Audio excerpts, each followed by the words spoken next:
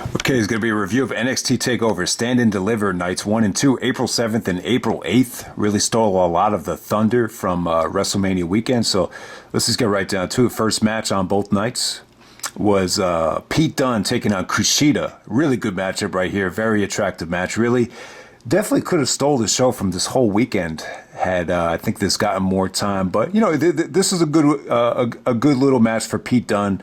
You know, they rewarded him after that awesome match with Finn Balor at the last pay-per-view. He definitely needed a win here, going up against Kushida. You know, a lot of different variations here. It started out more of a grappling match, then they started just striking the hell out of each other. Then, you know, Pete Dunne really went to work on the phalanges or the fingers on Kushida. So yeah, just really cool. Really set the tone for both nights here, and Pete Dunne, a much deserved victory for him. But I think these two could have a better match if they just had more of a platform, a little bit more time. The match did feel a little bit rushed, but we'll move on from there. Next up, you had the six-man Gauntlet Eliminator match. The winner faces Johnny Gargano for the NXT North American Championship. I thought this was cool while it lasted. It started off more generic. It was like, it took a while to get going, but, you know, once it got down to, the last three guys with Isaiah, Cameron Grimes, and Bronson Reed, they started to do some really creative things. But, you know, all these guys look pretty good. Really not a lot of complaints about this. The ending with Bronson Reed doing the tsunami on Isaiah Swerve Scott came off great. Match got a lot of time, though. It definitely was a slow burn, but it definitely picked up. It ended up being one of the better things of the weekend, I think. So Bronson Reed gets the shot at Johnny Gargano on night 2. All right, next up, we have Walter actually taking on Tommaso Ciampa, singles match for the NXT United Kingdom Championship. So one of the things about night 1 is it was a simulcast on the USA Network and on Peacock. So it was a little bit disturbing. Every time they went to a commercial break, you saw the audio kind of sync back and forth. So that was the only gripe about night 1. But Walter and Tommaso, a great matchup right here. This was more of the Tommaso Ciampa that I think you like seeing Tommaso play the underdog here. I thought he played it really well. His cardio is insane.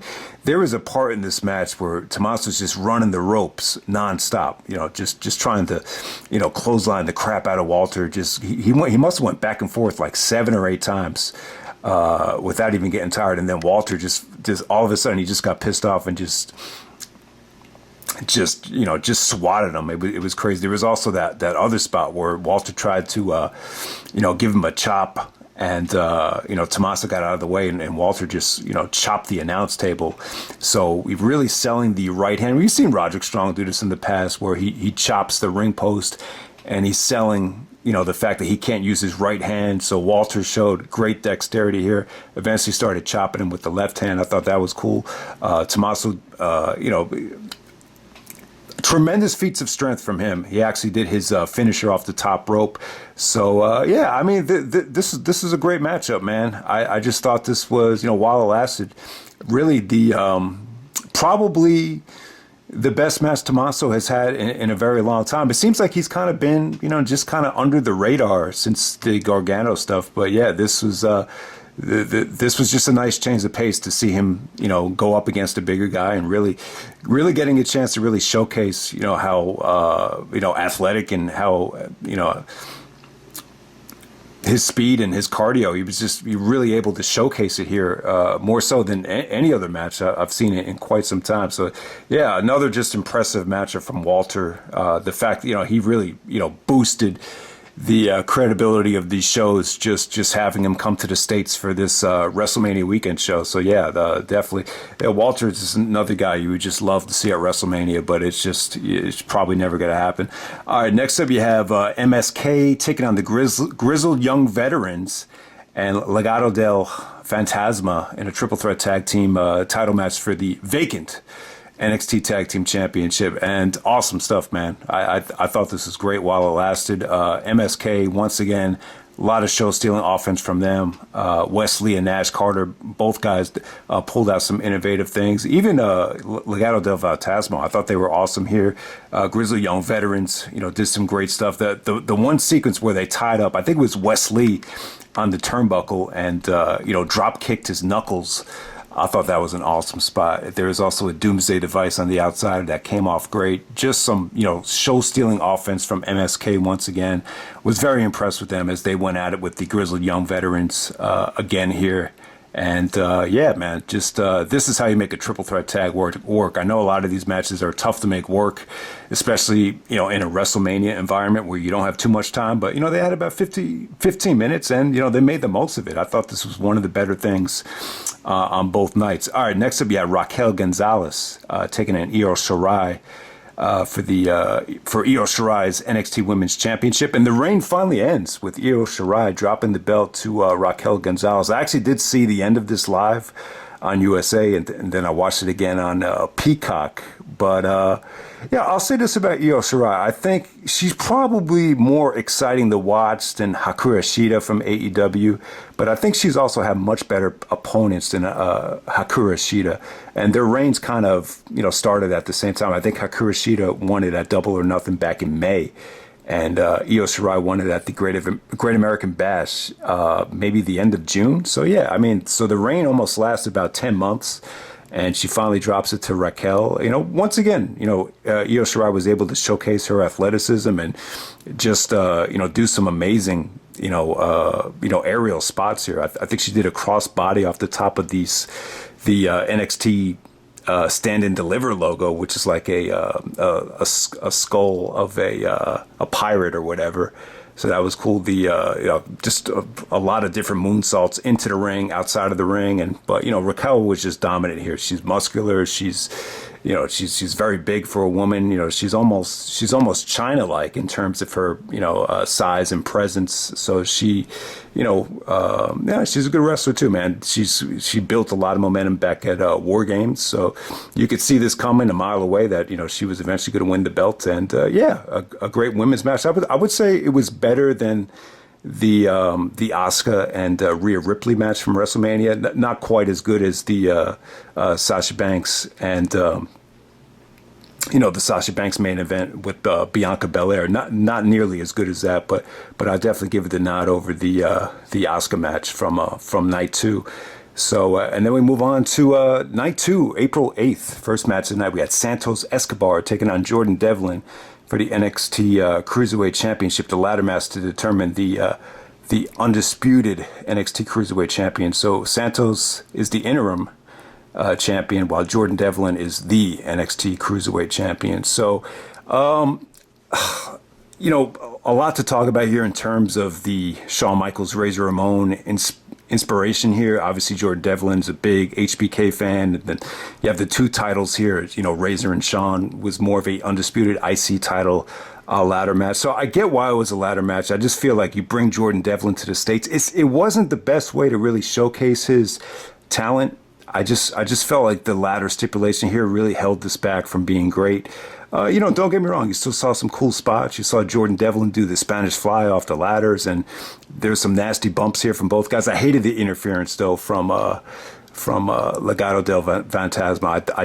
I don't know. I just thought the timing of it was pretty poor. I was finally just getting into the match, and I don't know. Something was just missing with this match for me. I just couldn't get into it. It was just like, I don't know. Does this really need to be a ladder match? But it was cool for what it was. It wasn't a bad match. I'm sure most of you guys would like it, and I think everybody will be happy by it. The way it ended, it wasn't ideal. For Jordan Devlin. I just thought it didn't really showcase how good the guy is. He really is talented, but I don't know. Like sometimes a ladder match, you just really got to be in the mood for it, and for whatever reason, I just couldn't get into it. But nonetheless, it was still good, and I still think most people will enjoy it.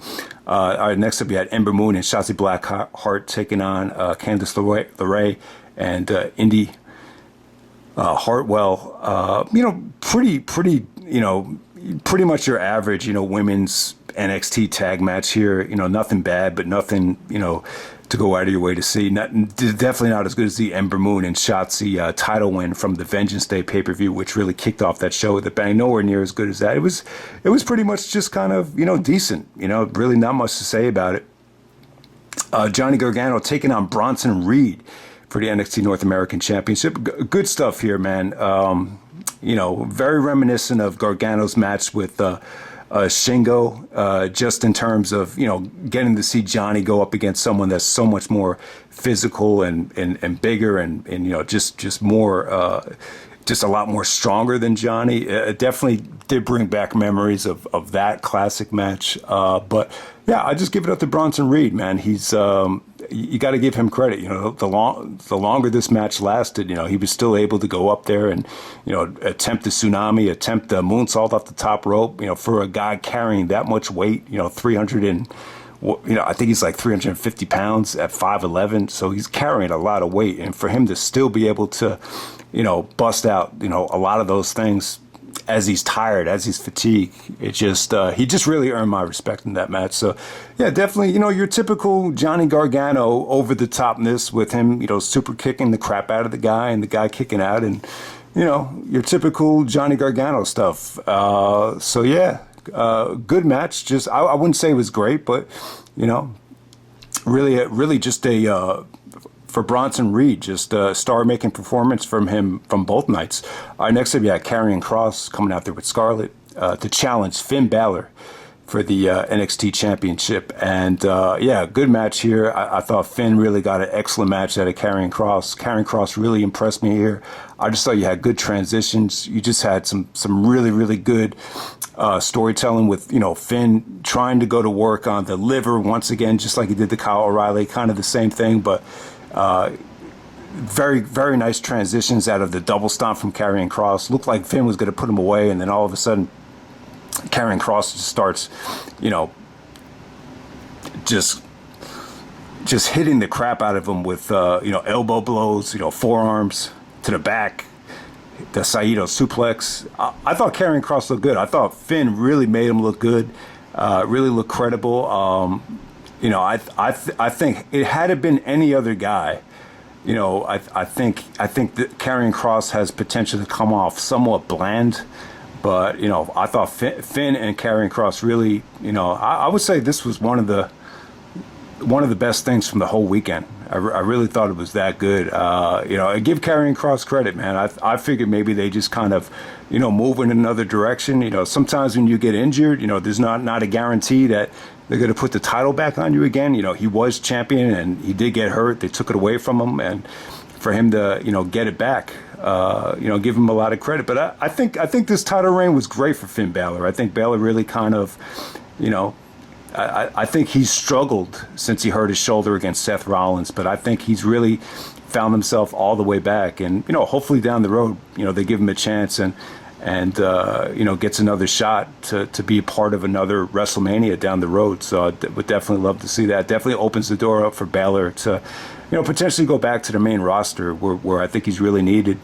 And then we had Kyle O'Reilly and Adam Cole in an unsanctioned match, 40 fucking minutes. Holy shit, I didn't know it was that long. Good damn. All right, so positives and negatives. I'll say this. The video package is great. I thought the storyline really made a lot of sense with, Cole was kind of, wanted to see O'Reilly succeed, the kind of the underrated guy from the stable, but, Cole was disappointed that O'Reilly couldn't get the job done against Finn Balor, not just once, but twice. And then he wanted Finn Balor to join the Undisputed Era. And he's like, well, hold up. You're taking it a little bit too far. And then he turns on him. So I thought the storyline was cool.